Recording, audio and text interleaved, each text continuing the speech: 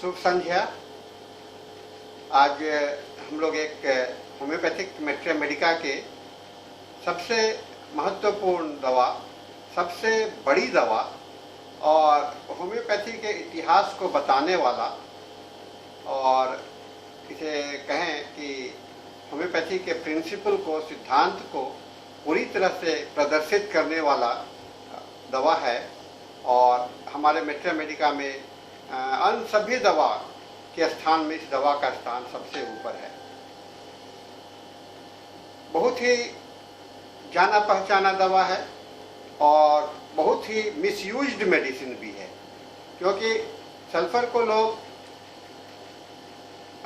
बिना सोचे समझे इस्तेमाल किया करते हैं और कोई ना कोई, हर एक लोग अपने अपने ढंग से इसका ब्रांडिंग किया है। इसीलिए सल्फर को समझना और पढ़ने के लिए हमें थोड़ा सा समय देना चाहिए, और मैं यह कोशिश किया हूँ कि सल्फर को मैं 2 या 3 पार्ट में मैं ख़त्म करूँगा, क्योंकि इस दवा के जानकारी हो जाने से होम्योपैथी के बहुत सारे सिद्धांतों का भी अध्ययन हो जाता है।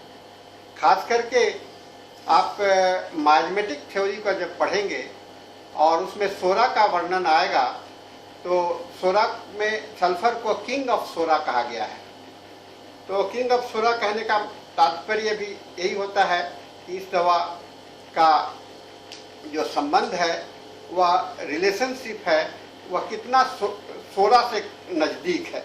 यानी कि सोरा का यह एक रिप्रेजेंटेटिव मेडिसिन है, और इसलिए इस दवा को समझना हम लोगों के लिए बहुत जरूरी है। सोरा एक विश्व स्तरीय औषधि है जो होम्योपैथी में ही नहीं, सभी विधा में और सभी सिस्टम में इस दवा का उपयोग किया जाता है। सल्फर को किसी न किसी रूप में, किसी न किसी एलिमेंट के रूप बीमारी के लिए सल्फर का स्थान प्रोमिनेंट होता है। और सल्फर का जीवन के साथ भी बहुत बड़ा संबंध है, क्योंकि अगर हमारे शरीर के अंदर में सल्फर नहीं हो तो हम बहुत सारे चीज का विकास नहीं हो सकता, खास करके हमारा मानसिक विकास।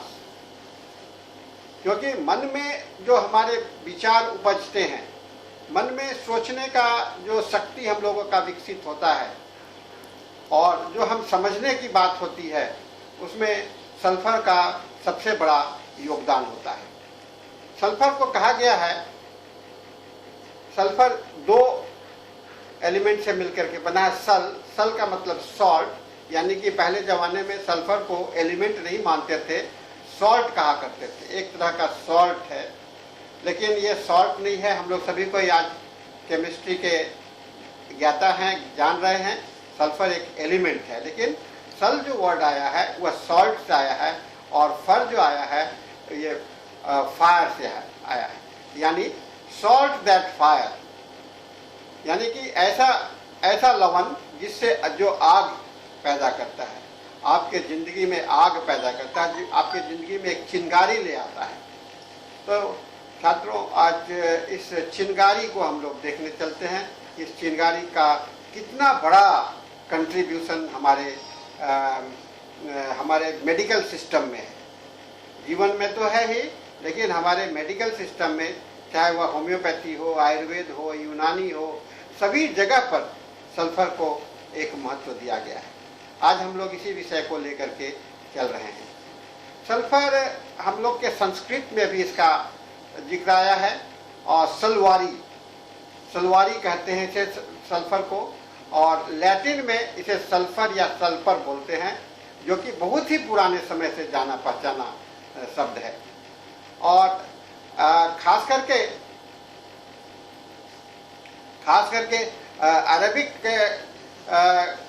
शब्द है सुफ्रा, जिसका अर्थ होता है येलो, पीला, और उसी ब्राइट कलर के कारण, क्योंकि ओरिजिनल सल्फर जो है सो वह येलो कलर का होता है, पीले रंग का होता है, इसीलिए इसे हम लोगों ने सुफ्रा बोला और एलिमेंट सल्फर बोला।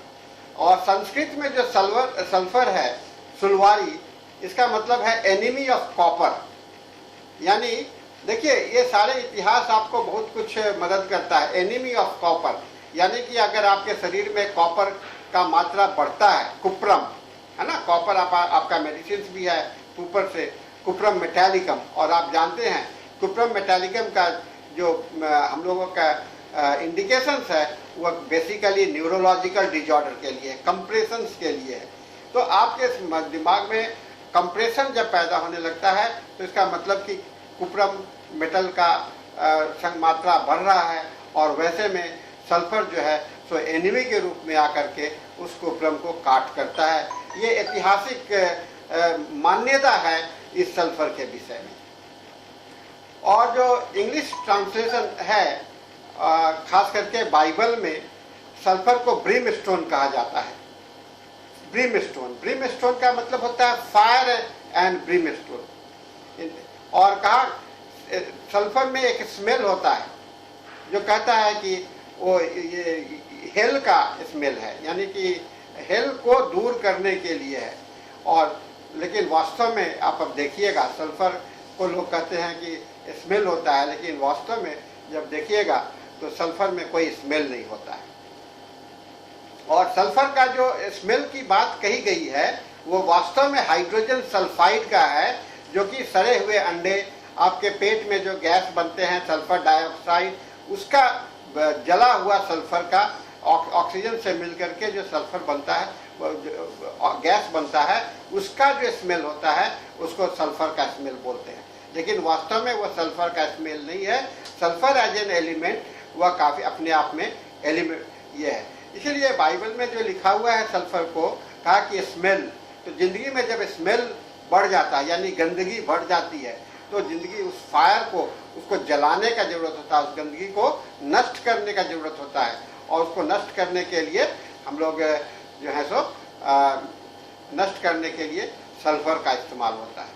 तो कितना ऐतिहासिक कहानी है ना। सल्फर का जो स्पेलिंग है सल्फर का, ये भी अलग अलग है।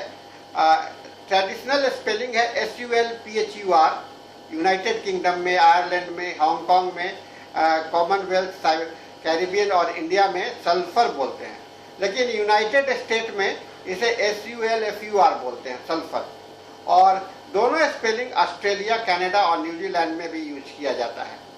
और IUPAC adopted spelling of sulphur in 1990 और royal society of chemistry nomenclature में भी इसको एडॉप्ट किया है, सल्फर को ही। स्पेलिंग का जानना इसलिए ज़रूरत होता है क्योंकि इस स्पेलिंग से कई एक चीज़ रिलेटेड होते हैं और हम लोग किसी एक चीज़ को पढ़ने के बजाय दूसरा चीज़ को समझ के पढ़ने लगते हैं।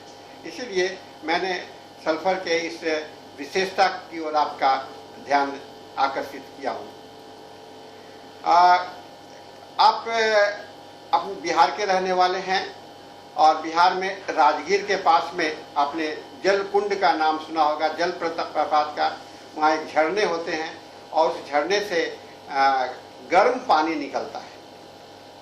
पाया गया है कि उसके स्रोत में जहाँ से वो झरने हैं वहाँ पर सल्फर का भंडार है और उस सल्फर के भंडार से होकर के पानी गुजरते हैं तो वह गर्म हो जाते हैं और वह गर्म पानी का झरना, और दूर दूर से लोग जाते हैं उस गर्म पानी से नहाने के लिए, क्योंकि मान्यता यह है कि उस राजगीर के गर्म पानी से नहाने से, उस झरने के पानी से नहाने से लोगों का जो स्किन डिजीज है वह खत्म हो जाता है। ये खाली राजगीर में ही नहीं है, यह आपको वॉल्केनिक रीजन में दुनिया के बहुत सारे भाग में और पैसिफिक रिंग ऑफ फायर और वॉल्केनिक डिपॉजिट्स में इंडोनेशिया, चाइल, जापान, सिसिली, ये सभी जगह पर सल्फर माइंस जहाँ बहुत ज़्यादा हैं वहाँ पर आपको गर्म पानी का स्प्रिंग्स, झरने दिखलाई पड़ते हैं। ये सल्फर का है और लोग कहते हैं प्रकृति का कितना अनोखा स्वरूप है जहाँ पानी बिना खौलाए हुए गर्म हो जाता है। और ये सल्फर में इतना शक्ति है कि आपके ज़िंदगी में हीट को भर दे, यानी कि गर्मी को भर दे, यानी कि आपके उत्साह को भर दे।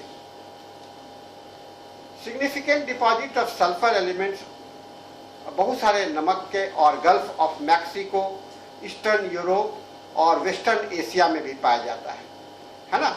और ये डिपॉजिट्स के रूप में एनारोबिक बैक्टीरिया और जिप्सम जो है सल्फेट मिनरल्स, जिप्सम, वहाँ भी सल्फर पाया जाता है। तो ये एक महत्वपूर्ण बात है सल्फर के विषय में, सिग्निफिकेंट फीचर्स है। आइए इसका कुछ हम लोग केमिकल स्ट्रक्चर्स को देखें। नाम तो हम लोगों ने देखा सल्फर, और इसका केमिकल सिंबल S है, और एटॉमिक नंबर 16 है, एटॉमिक वेट 32 है, और ये ग्रुप 16 का एलिमेंट्स माना जाता है, और पीरियोडिक टेबल में तीसरे स्थान पर, तीसरा नंबर है पीरियोडिक नंबर। ये इसका स्टैंडर्ड स्टेट जो है सो आपका सॉलिड होता है, और इसका कलर जो है सो लेमन येलो है, माने नींबू के जो पीलेपन है उसके लेकर के, और इसे नॉन मेटल ग्रुप में रखा गया है। तो ये सल्फर का आपको बायोडाटा हो गया ये है, और हम लोग इसी बायोडाटा के आधार पर है। सल्फर के जो एटॉमिक नंबर है 16 होने के कारण आप देखिएगा इसके प्राइमरी लेवल पर कितने 8, 8, 16 है ना। तो अपने आप में यह जो है सो एक आउटर सर्कल्स में ये थोड़ा सा रिसीवर है, लेने वाला है ना। सल्फर किसी भी एलिमेंट से ज्वाइन कर सकता है, ऑक्सीजन से सल्फर ऑक्साइड बन जाएगा, सल्फर डाइऑक्साइड बन जाएगा, सल्फर इसी तरह से कई पदार्थ से आपका कंपाउंड के रूप में बन सकते हैं। रूम टेम्परेचर पर सल्फर जो है so soft bright yellow colour का होता है, और इसमें हल्का सा स्मेल है जो कि स्मेल नहीं के बराबर है, और रॉटन एग का जो स्मेल आता है वह सल्फर हाइड्रोजन सल्फाइड का होता है और ऑर्गेनिक सल्फर कंपाउंड का होता है। और सल्फर को जब आप जलाइएगा तो इसे नीले रंग के रोशनी निकलते हैं, जिससे कि सल्फर डाइऑक्साइड, सल्फर को अगर आप आग में जलाने का कोशिश कीजिएगा तो नीले रंग का रोशनी निकलेगा, जिससे सल्फर डाइऑक्साइड निकलता है, और उसमें जो स्मेल होता है बड़ा सफोकेटिंग होता है, आपको बर्दाश्त नहीं होता है सल्फर डाइऑक्साइड का स्मेल। आप अगर लेबोरेटरी में सल्फर पर केमिस्ट्री में अगर एक्सपेरिमेंट किए होंगे तो इस चीज़ को अनुभव किए होंगे आप लोग। और ये पानी में अघुलनशील है, लेकिन कार्बन डाइसल्फाइड में यह घुलनशील है ना। ये कार्बन डाइसल्फाइड घुलनशील है और स्टेबल कंपाउंड बनता है, खास करके नोबल गैस को छोड़ करके यह स्टेबल कंपाउंड बनता है। और सल्फर सॉलिड स्टेट में जो है तो एक क्राउन शेपेड मॉलिक्यूल के रूप में दिखलाई पड़ता है। क्राउन मतलब एक ताज के स्वरूप मॉलिक्यूल्स के रूप में दिखलाई पड़ता है, और सल्फर के कई एलोट्रॉप फॉर्म है, माने कि इसके फॉर्म्स जो हैं तो अलग अलग है। आप लोग एलोट्रॉपिक फॉर्म के विषय में जानते होंगे, माने इसका अलग अलग रूप में आप देख सकते हैं। सल्फर जो है तो वातावरण में ऐसे मिलता है।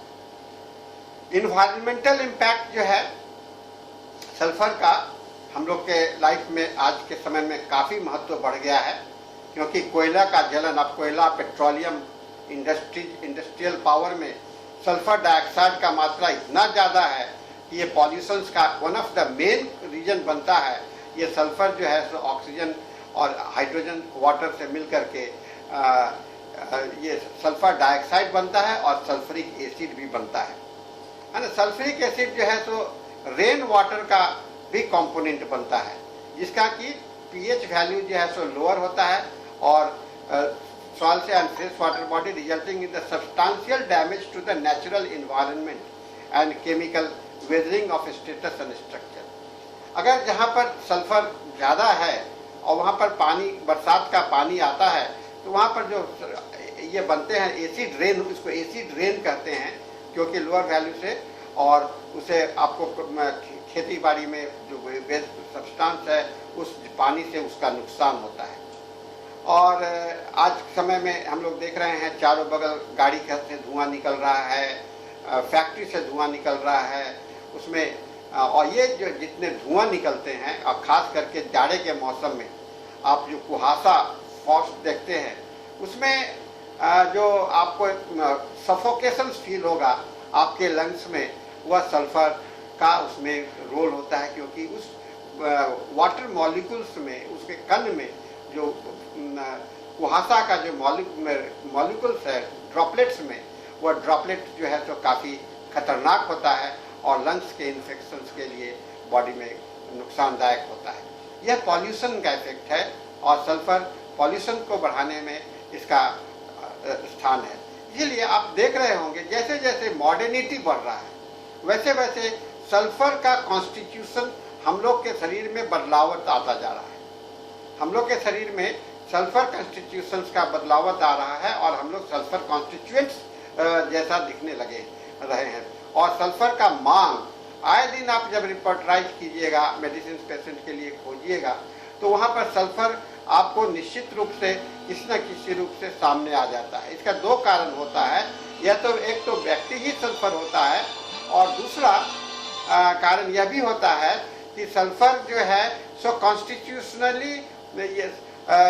कॉन्स्टिट्यूशनली आपको सल्फर के रूप में दिखलाई पड़ने लगता है। तो ये और सल्फर का प्रभाव इन्वायरमेंटल फैक्टर के कारण उसके अंदर में बदलाव आता है।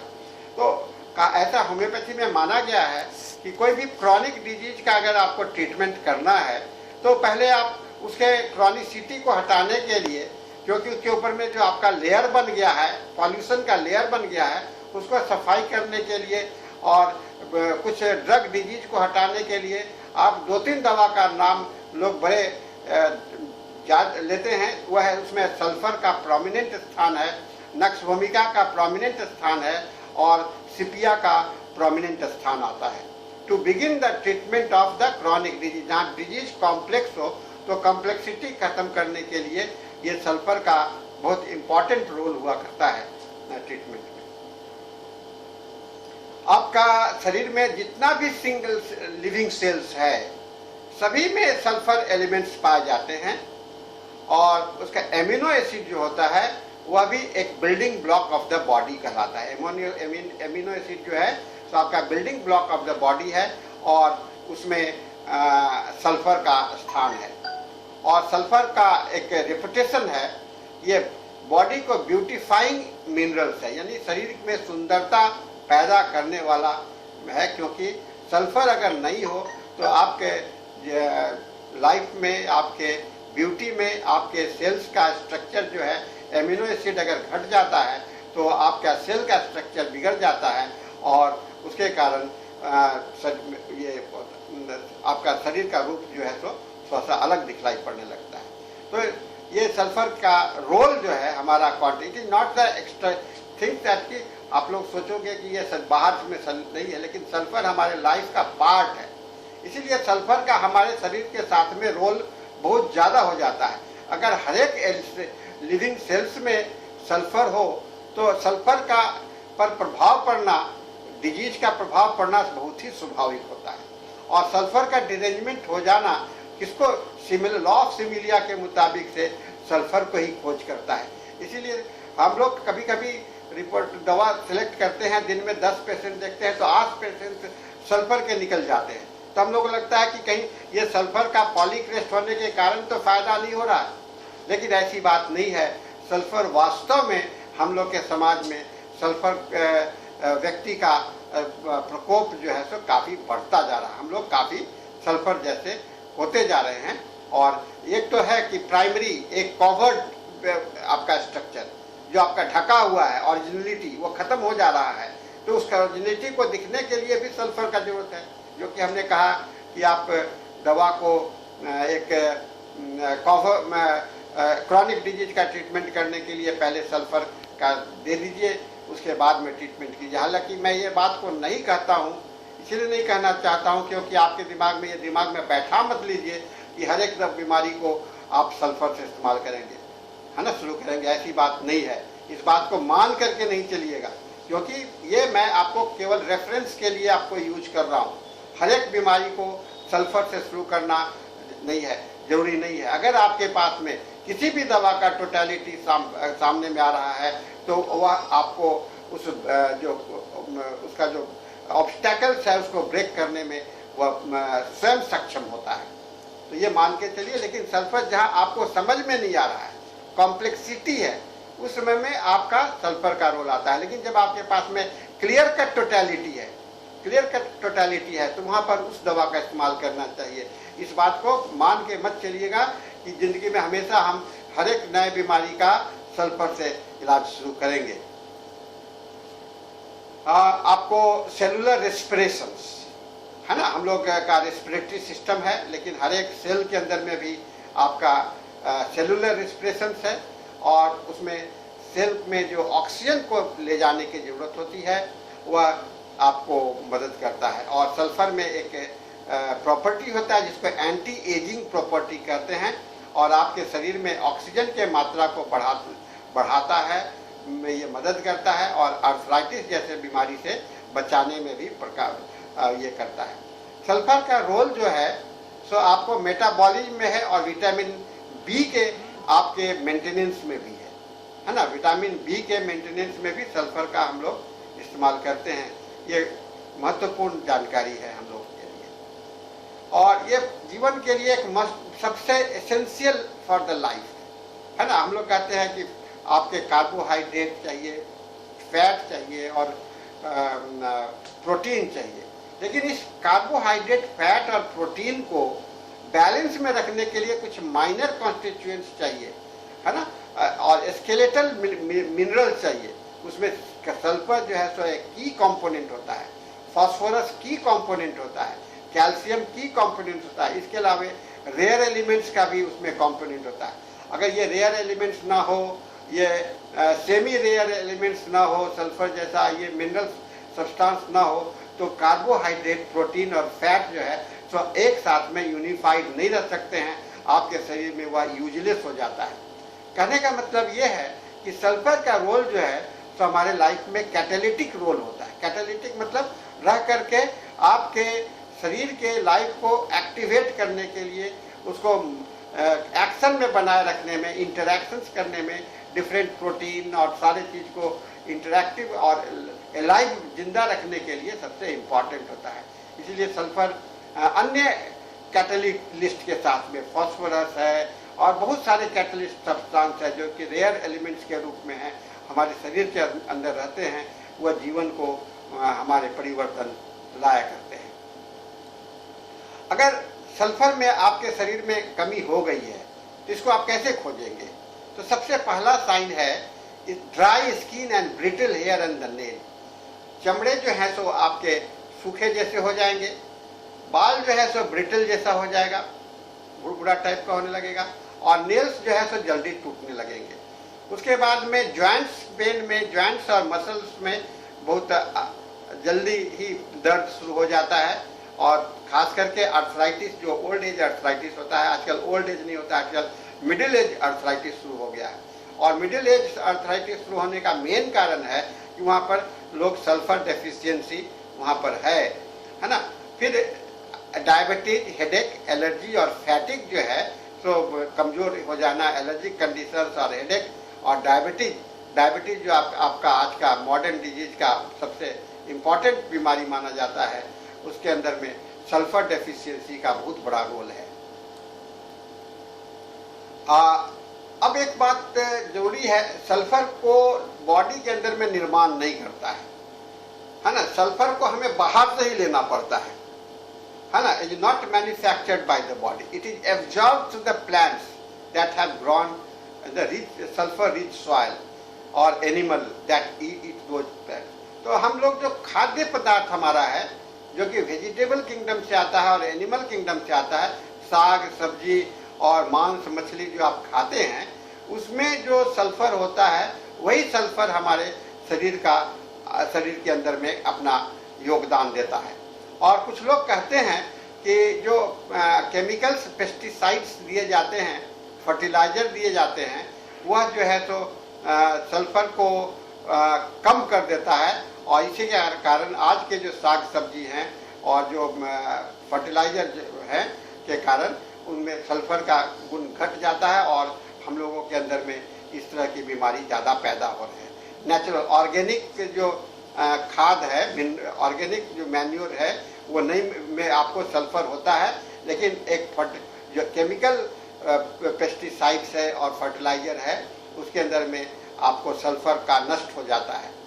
दूसरी बात, जो प्रोसेस्ड फूड होते हैं उसमें भी आपको जो डब्बा में बंद आपको जो खाने बाजार में बिकते हैं, जो काफ़ी दिनों तक बिकता, पैकेट में बंद आता है, वो उसके अंदर भी नेचुरल सल्फर ख़त्म हो जाता तो उसको खाने से भी आपके शरीर में सल्फर की कमी होती है और स्किन के ऊपर में और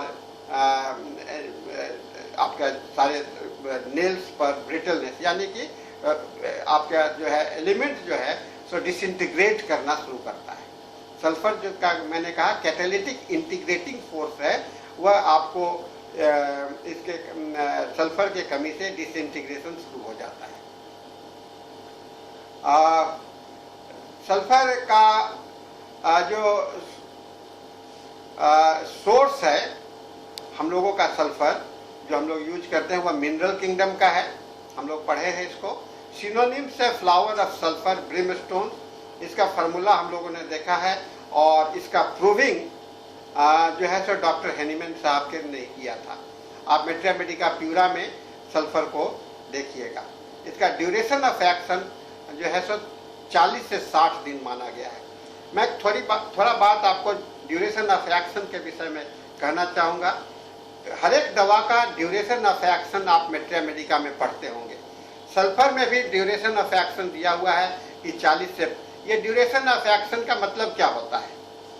ड्यूरेशन ऑफ एक्शन जो ड्रग प्रूविंग के समय में जो लोगों ने देखा और जितने दिन तक इसका अध्ययन किया और जितने दिन तक नए लक्षण आने जारी रहे, उसको लोगों ने माना कि यह ड्यूरेशन ऑफ एक्शन है। इस बात को मत दिमाग में रखिएगा कि सल्फर को 40 दिन के बाद में रिपीट करना है या 60 दिन के बाद में रिपीट करना है। जब तक ये लक्षण पैदा किया था और 40 से 60 दिन या कोई भी दवा का कितना दिन तक ड्यूरेशन ऑफ एक्शन है वो इसको बताता है कि इसके अंदर में कितना क्या कहते हैं क्रॉनिसिटी कितना है और एक्यूटनेस कितना है। तो बेसिकली सल्फर को एक क्रॉनिक मेडिसिन के रूप में रखा गया है क्योंकि एक्शन जो है सो 40 से 60 दिन तक इसका प्रभाव रहता है। तो स्टूडेंट्स, सल्फर के इतने जानकारी के बाद में हम लोग सल्फर के और भी जानकारी को आगे अध्ययन करेंगे। हम लोगों का आज का लेक्चर जो है सो मैं यहीं पर रखना चाहूँगा क्योंकि सल्फर का मिनरल्स का रेपुटेशंस का अगर वर्णन करते रहिए तो कभी ख़त्म नहीं होता है ना। अमेजिंग मिनरल्स है और हिस्टोरिकल इम्पोर्टेंस है और इसका क्योर करने का जो क्षमता है और क्योर करने का जो क्यूरेटिव फैक्टर्स है आप अनगिनत है। कैंसर से लेकर के साधारण खांसी और कोरोना जैसा बीमारी को भी सल्फर में ठीक करने की कैपेसिटी है, बशर्ते शब्द को हमेशा ध्यान में रखिएगा। 30 मिनट हो गए। बशर्ते कि 3 मिनट बशर्ते कि सल्फर जो है सो टोटलिटी आपके पास में है। अगर टोटलिटी रहा तो सल्फर आपका one of the unique medicine of the materia medica है। और पॉलीक्रेस्ट ग्रुप का ये एक किंग ऑफ द पॉलीक्रेस्ट माना जाता है कि इसके जैसा प्रूविंग नहीं हुआ। आपको मैं बता दूं, एलेंस इंसाइक्लोपीडिया में जो 12 वॉल्यूम का मेट्रिया मेडिका है, एलेंस के इंसाइक्लोपीडिया में सल्फर के 5064 लक्षण हैं, 5064 सिम्टम्स हैं। और आप जो अभी रडार ओपस यूज कर रहे हैं उसमें सल्फर को काउंट कीजिए, वह 15,000 से ज़्यादा एक्सीड कर चुका है। ये एक्सीड करने का कारण नंबर इतना पॉलीक्रेस्ट होने का क्योंकि इसका जो प्रयोग हुआ और इसका जो प्रूविंग हुआ इतना विस्तार से हुआ, इसके कारण लक्षण इनके इतने हम लोगों के पास में संग्रह हो गया। तो इस संग्रहित लक्षणों का जैसे जैसे बढ़ता जाएगा मेट्रिया मेडिका में हमें रिपोर्टरी का यूज करना आवश्यक हो जाएगा, रिपोर्टराइज करना। और होम्योपैथिक मेट्रिया मेडिका को बिना रिपोर्टरी के माध्यम से अगर आप पढ़ने का प्रयास करते हैं तो आपके लिए बहुत ही सही नहीं होगा। तो इस छात्रों, हम लोग आज सल्फर के